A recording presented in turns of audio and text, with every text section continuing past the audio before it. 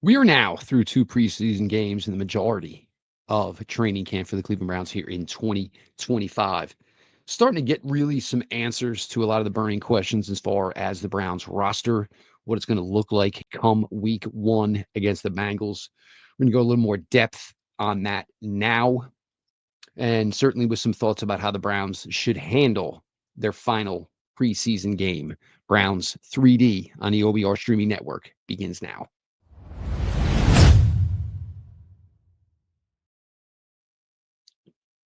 Welcome back, my friends, to the show that never ends, your daily delivery of all things Dog Pound Browns 3D on the OBR streaming network. I am your host, Jeff Lloyd.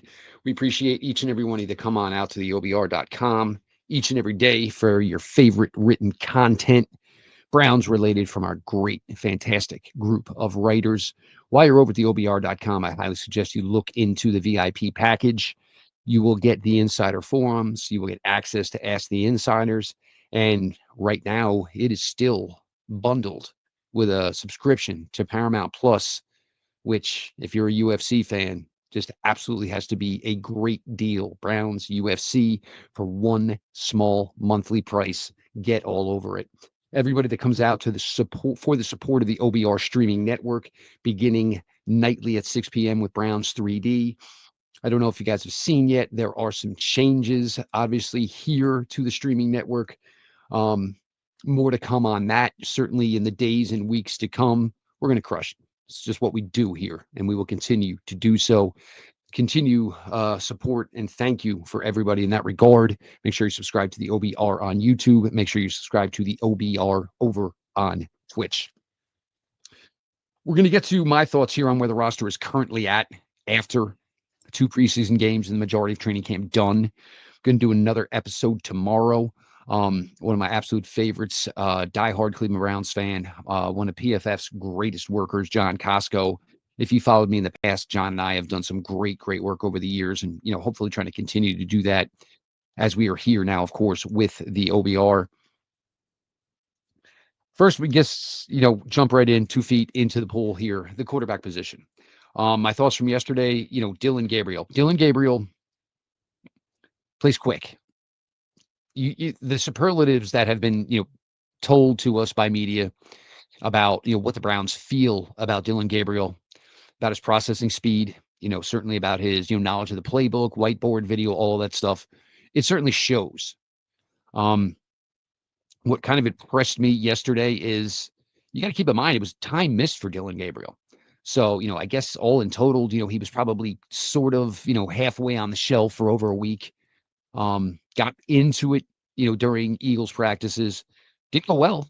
Didn't go well. I think some of that probably has to do with the fact that I think the Cleveland Browns defense is that good. That's kind of where I think some of us should probably feel a little bit better about where this team is at and where, they could be as far as being competitive on the field in 2025. Gabriel, his passes were catchable. They were thrown with great accuracy and location. When the ball needed to be high and away, it was high and away. When the ball needed to be low and away, it was low and away. He did a great job of keeping the ball away from defenders. I think everybody thinks because of Dillon Gabriel's size, working the over the middle routes would be hard for him.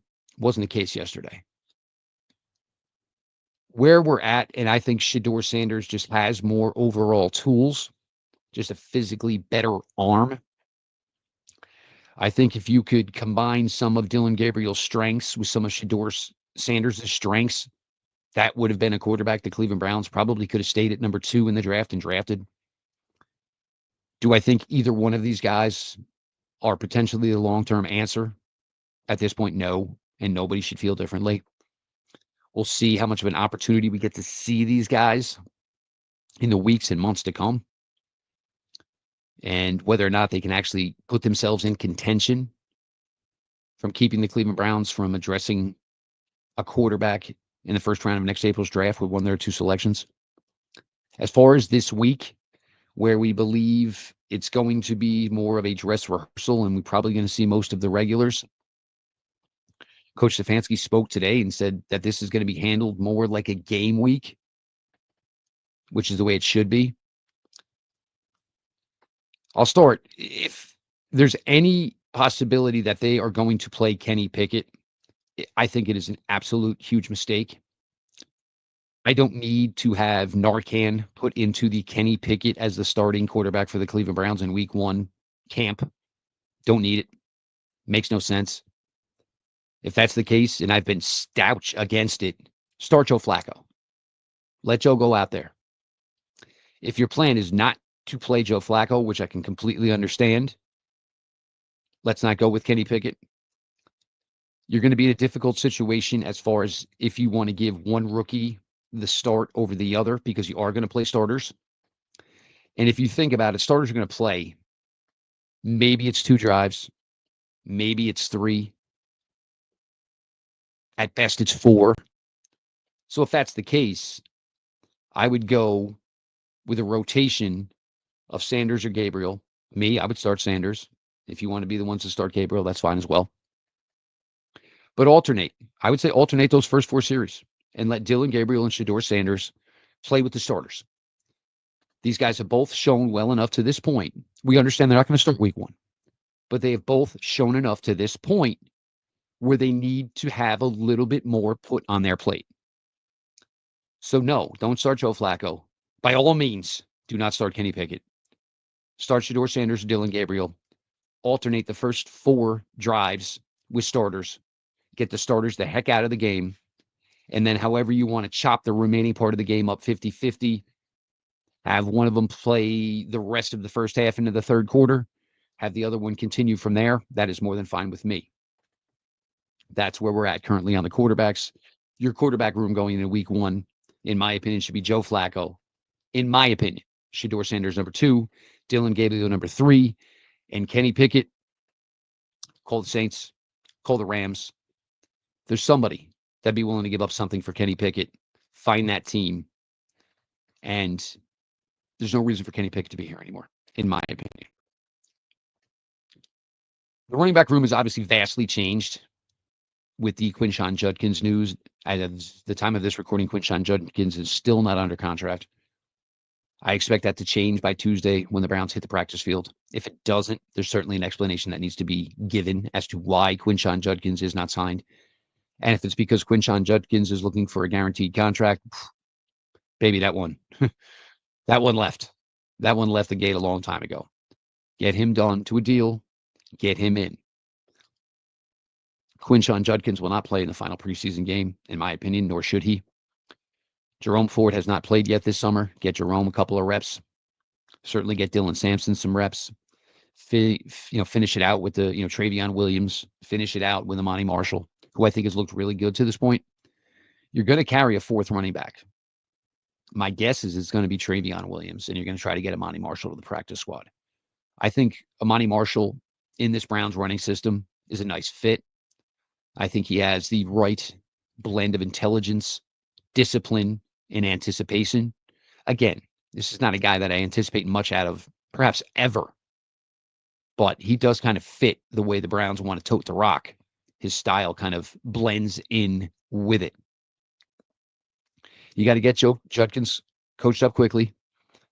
I don't see any reason he could not be an active and dressed guy for week 1 against Cincinnati. It may not be where he's got the opportunity of the entire playbook, and that's probably okay. Jerome Ford, in my opinion, is definitely the better receiver. Jerome Ford was the better receiver than Nick Chubb, so there's no reason to believe that Jerome Ford is not the better receiver at this point in time than Quinshon Judkins either. Dylan Sampson just brings you something different in that backfield. As we know and we've seen, he'll line up wide. He'll line up in the slot. He's a guy they like to use on jet motion. They put him in the slot, then they put him in the backfield. They will use him in the backfield with a 2 backfield look.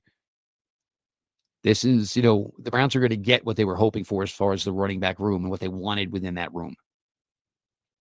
Just get these guys some work. Get these guys as ready as they can be for week 1 against the Bengals.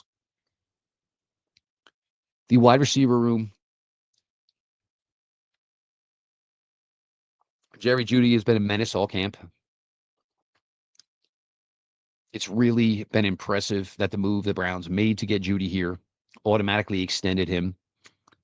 When a lot of people in the league certainly had their questions about Jerry Jeudy, Steve Smith Sr., certainly one of them. Judy is the Browns' number one, and there's no question about it. And for those who say, well, I don't know if he's a true number one, then the question is, how many true number ones are there in the wide receiver world? He's the wide receiver one here in Cleveland, and I expect him to perform on the same level as he did last year. If the Browns can run the ball better, it certainly makes Jerry Jeudy probably even more dangerous on the outside.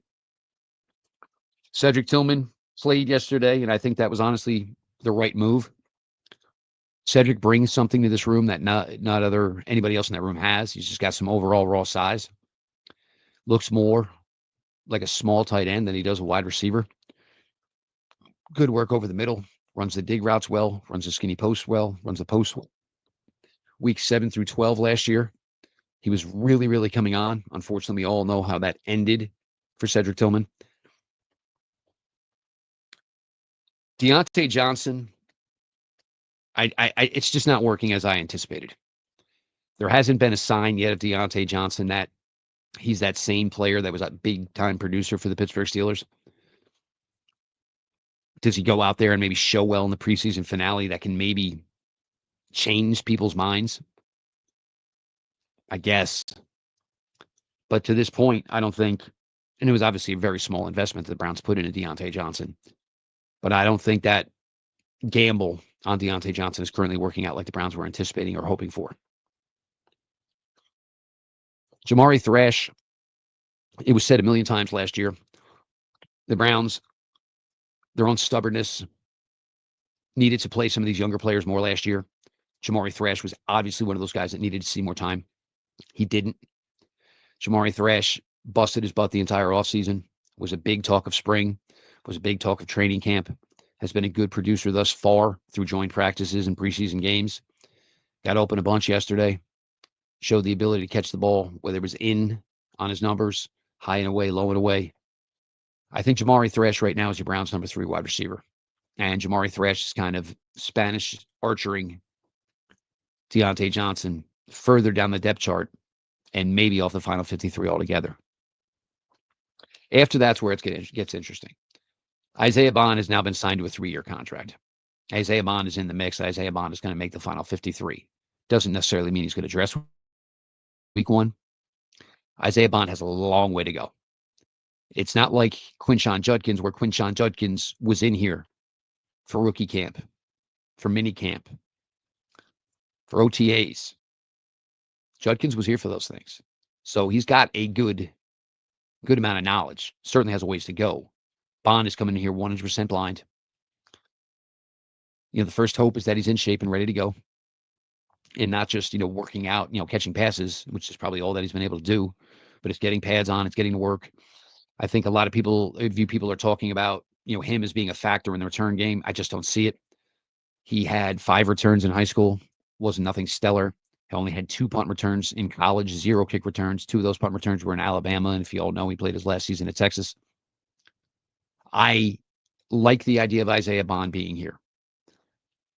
More of a Anthony Schwartz type. Not as fast as Anthony Schwartz. Might be a little bit of a better overall playmaker. There's an element that Isaiah Bond brings here with his sub 4.4 speedy that this Browns wide receiver room could certainly use. It's going to take a while. And obviously for Isaiah Bond, it's going to have to be one of those things where, come in, do the work, be committed. I see a lot of talk on DeAndre Carter and roster lock because he's the kick returner, the punt returner. This guy's caught 13 passes over the last 2 NFL seasons, and he's 32 years old. I don't care if he's a good return man. Gage Lavardane can return. Jerome Ford has been a good kickoff returner for the Cleveland Browns in his time.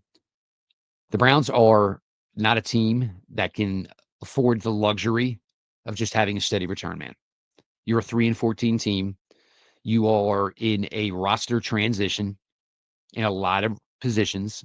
Wide receiver is certainly one of them. So I'm not going to kick away some guy who's 23, 24 years old for a 32-year-old whose majority is just going to return kicks. I'm sorry. I don't see it. It makes 0 sense whatsoever. Yeah, it's going to cost the Browns a couple of bucks if they move on from him. That's fine. Or call one of these teams who can afford the luxury of just having a straight return man. Gage Lavardane is probably been probably my favorite undrafted free agent to this point. I think he just gets a bigger opportunity each week and kind of just steps up and makes it happen. We've seen him with big plays on end arounds. We've seen him with a big play in the return game. We've seen him with a couple big plays as far as receptions. This is a guy I don't want to take off the 53. This is the kind of guy that you see put out this type of effort, this type of production. And I'm not saying he's going to be a guy that's going to, be targeted a bunch as far as once the regular season comes around. If he keeps working like he is, he can certainly work his way into the rotation. But moving on from Gage Lavardane is not an option for me in any way whatsoever. I believe the Cleveland Browns are going to bring in one more wide receiver. So you want a potential 6, and we're going to do a 53-man roster here at some point this week. Judy, Tillman, Thresh, Lavardane, Bond. That's probably 5 and 6. And find me a wide receiver. Trade for one. Bring one in off the wire.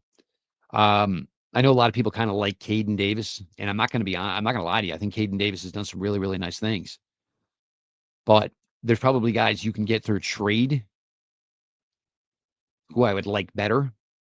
And as much as everybody wants to talk about Caden Davis, I don't think you guys realize that Caden Davis is about to turn 27 years old in September. So being a star in August at almost 27 years old, I don't know what that's going to translate to as far as the regular season is concerned. No disrespect to Caden Davis. He's done some nice things. Certainly could be a practice squad candidate. Just don't see how he fits in to the final roster here for the Browns. Tight end, it's Njoku. It's David Njoku. It is Harold Fannin. Haven't gotten to see much of them at all. Fannon's certainly been somebody that they've been, putting into the tool bag, doing several different things with him, very similar to how he was used at Bowling Green.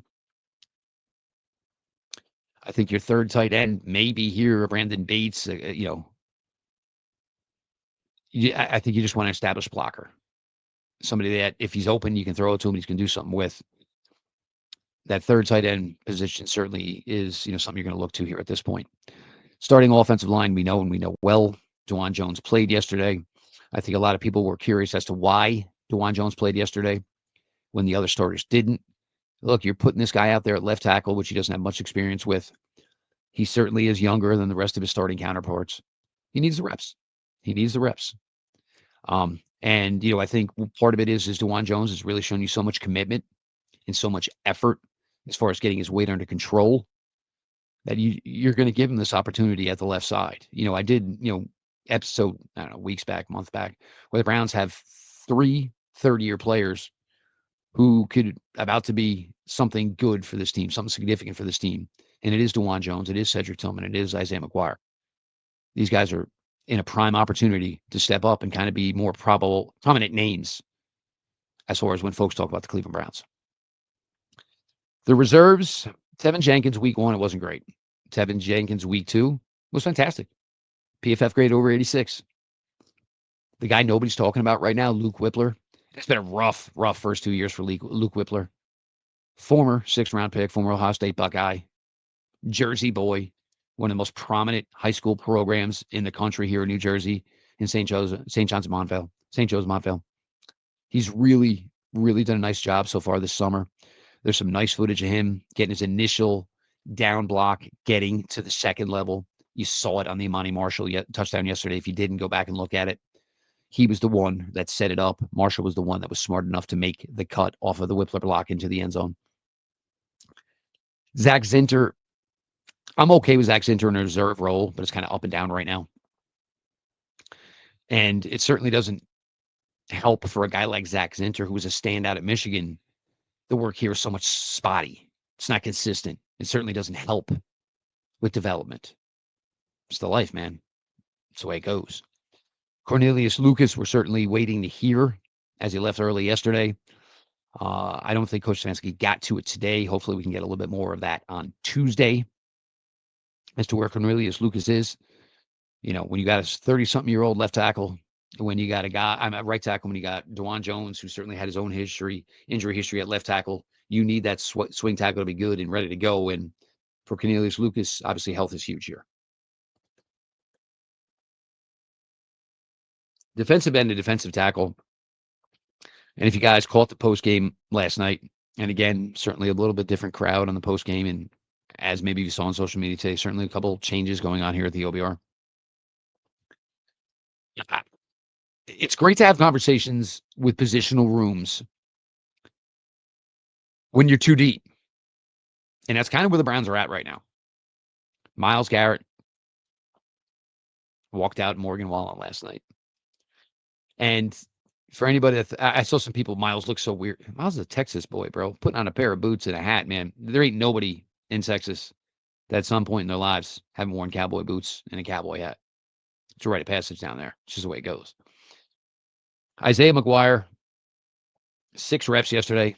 Phenomenal. Manhandled the right tackle yesterday that led to his sack.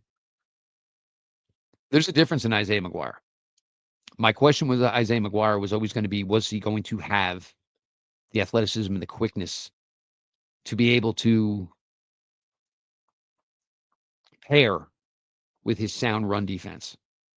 And looking at Isaiah McGuire, his body's definitely different. It's definitely transformed from when he first got into the league with the Browns. And I really think Isaiah McGuire is going to start to hit some of these goals and some of these production numbers that people kind of use as the landmark. I think Isaiah McGuire is going to have a really, really good year. Alex Wright, Joe Tryon-Shoyinka, Cam Thomas, Aiden Hutchinson. I mean, there's some really good guys here. I don't know who's going to be your 5th guy. I'm certain Alex Wright's going to be here. I'm certain Joe Tryon-Shoyinka is going to be here. But as far as finding that 5th defensive end, it's going to lead to some long, long discussions. And in years past where the Browns maybe had 3 DNs this time of year and you were like, oh, maybe we can snag 2 off of waivers. That's not the situation here this year. Browns are going to have to let go of a guy or two that definitely got some serious promise. Aquara, KJ Henry. Interior, I think a lot of this depends on where Mike Hall is at and when Mike Hall is going to be available. I'd love for the Browns to kind of give an update on that. And we know the way the Browns work. If they don't necessarily have an update, they don't really give you an update because it always feels weird when the update is there is no update. Mike just keeps plugging away. He's getting in all his work. It's coming. I don't think the Browns in any means whatsoever are going to rush Mike Hall back. The ceiling is very high for Mike Hall. The Browns do not want to put him out there until he is ready. So you have Mason Graham. You certainly have Juwan Briggs, who certainly has been impressive. We haven't gotten to see much of Malik Collins yet, but Malik Collins is somebody that really, really is a solid interior pass rusher. You figure Mike Hall is that 4th defensive tackle. Shelby Harris being here is very, very strange at 34 years old. I think that's somebody the Browns would move on from. I think if there's a desired destination that would like Shelby Harris, maybe Vegas. He had time with Seattle. Maybe Vegas is an option. Or maybe they would give up a late round pick. Or maybe the Browns could do a player swap. I actually got to watch the Raider game yesterday. I think they're in a tough spot in that division, and they're going to finish last in the AFC West. But they've certainly got a lot of talented players out there. And with a guy like Pete Carroll at the helm, they're going to give everything they got.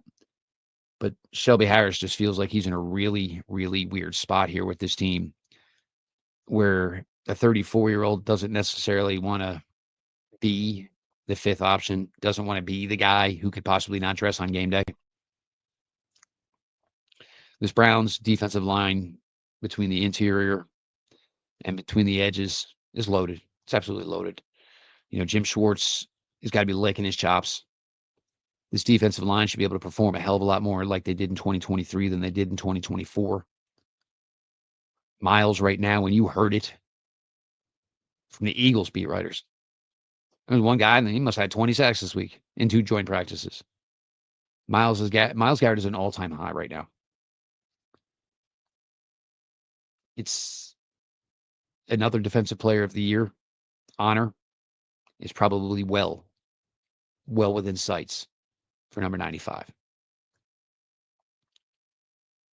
For all the linebacker room has been through, losing JOK, Jordan Hicks retiring, Carson Schlesinger to this point has come in and just not missed a beat, man. He's just really, really grown in such a short time here as a rookie. I say it a million times, and I will continue to say it. With only one legitimate year of playing and experience at the position at UCLA last year, there is going to be another jump in Carson Schlesinger's game. I think we're already starting to see it. Any and all footage you see of the defense during training camp, the guy with his helmet on the ball is Carson Schlesinger. He can blitz. He can cover. Even though he's not the traditional size at the linebacker position anymore for the NFL, a little bit bigger, still moves. Got a little Luke Kuechly type to his game. Probably a little too much of a compliment. But Carson Schlesinger keeps going like he's going. That's the type of talent you're talking about. Man in the middle for the Browns. Devin Bush, I don't know what to make of it. Come December, I believe there is a trial date, court date. Not sure if he's going to see a suspension before that. Devin Bush always been a guy, I guess, nose around the ball. It's not been the best summer from Mahmoud Diabate, who's missed a lot of time. Browns love him. Love his special teams ability. Rest of that room just kind of keeps plugging away. I think Buki Watson is really, really kind of made a name for himself. I think when we started training camp, I think there were a lot of people that told you their thought was that Buki Watson probably wouldn't be a part of this Cleveland Browns locker room. But yesterday was an interception that was taken away, of course, by penalty. 3 tackles for loss. I think the thing with Buki Watson is there's no more thinking. There's just reading and reacting. And which is basically what the entire position of linebacker is based on. Don't overthink. If you think it's there, go for it. If you missed, you missed. But if you didn't miss and you hit, it's a 2-yard loss. It's a 3-yard loss. See it, believe in it, act on it. And you're really starting to see that from Buki Watson. And it was certainly evident yesterday. The cornerback room, we've got one constant. We've got Denzel Ward, probably more one of the underrated overall corners in the league. Probably has something to do with a team that hasn't had a lot of success in his time being here, of course. Greg Newsome, this is what Greg has waited for. Ever since Martin Emerson became a part of the Cleveland Browns, and Greg Newsome became more of a nickel slot guy, Greg Newsome has kind of been a little frustrated. Team guy, took the job and has done it pretty well. Also, a me first guy, which is more than okay in this league. Never hid from the fact that he would prefer to play on the outside. It's what's best for his pockets, what's best for his family. And for him, it's kind of what he feels the best for his ability. He wasn't a nickel in college. Nobody drafted him at that. Nobody drafts nickel corners in round 1. He was drafted in round 1 because he was a darn good outside cornerback coming out of Northwestern. He's going to get his opportunity. How the nickel's going to work out, I got no idea. Cam Mitchell's having his issues. Miles Harden obviously does not have much of a resume in any way whatsoever. Certainly wouldn't be surprised if there is one, if not 2, corners brought into the fold. Tony Jones is not really here to play corner. He's here to play specials, and it just doesn't really bring ideal size. This Browns corner room needs a little work. The loss of Martin Emerson, as of right now, is huge because Martin Emerson was great in 2023 when this Browns defensive line was just absolutely destroying and crushing pockets. And either having quarterbacks on their back, throwing the ball to their mom. They just don't have that luxury right now in the cornerback room. So if the defensive line gets it done, that's great. But if they're not going to get home every single time, which is certainly going to cause issues within that corner room. Safeties, we know what we got in Delpit, of course. Certainly been a great player since year 2 on after the Achilles blowing out very early during the COVID training camp. I don't know if we truly have an answer as far as the starting free safety. Does Ronnie Hickman get it by default? maybe. Jenkins. Casey's certainly here. Casey's interesting because if I were the Browns, I would maybe see if Casey can do some nickel. You got to remember, he came into this league as a corner. He's been established in this league. He's got a good nose for the ball. If I was Cleveland this week, Casey would be a guy I'd be working maybe at nickel.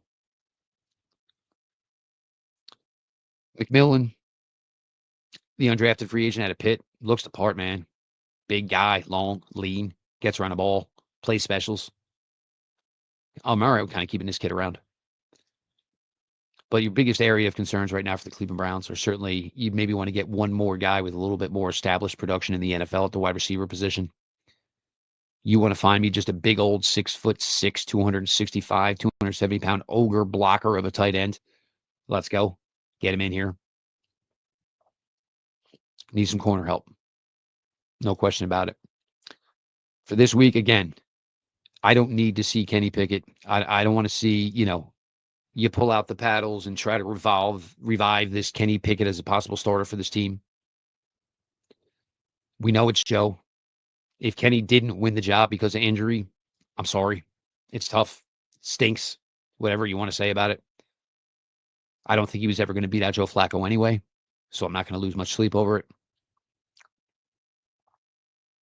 Again, Joe had the advantage because of 2023. Keeping 4 quarterbacks? Absolutely not. No way whatsoever are we keeping 4 quarterbacks. No. This team has too many holes. This roster is in a transition where they are trying to get younger. Keeping 4 quarterbacks is senseless and stupid, in my opinion. We're going to get to it throughout this week. We're going to have an episode tomorrow with my guy, John Costco from PFF. I've done shows with John for years. Good friend, great football mind, big time Browns fan. So you want to drop some questions in the comments for John Costco tomorrow, by all means, go ahead and do so. Again, some changes here at the OBR on the video side. It's a business like any other. Still going to come here and just put out fantastic content for you guys each and every night. You can book that.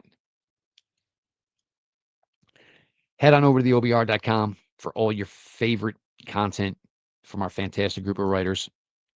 Make sure you look into the VIP access with your subscription to the VIP access. It's also bundled with a subscription to Paramount Plus. You're a fool not to look into that. Small fee, and you get 2 great things out of it. The OBR VIP access, and of course, a Paramount Plus subscription. For everybody that supports us here at the OBR streaming network, we could not thank you enough. Over 10,000 subscribers now. That number is going to continue to climb with football back every single day. We could not be more thankful. Appreciate and thank you all. Make sure you subscribed to the OBR on YouTube. Make sure you subscribed to the OBR on Twitch. This has been your daily delivery of all things Dog Pound. Browns 3D on the OBR streaming network. And we will talk to y'all tomorrow.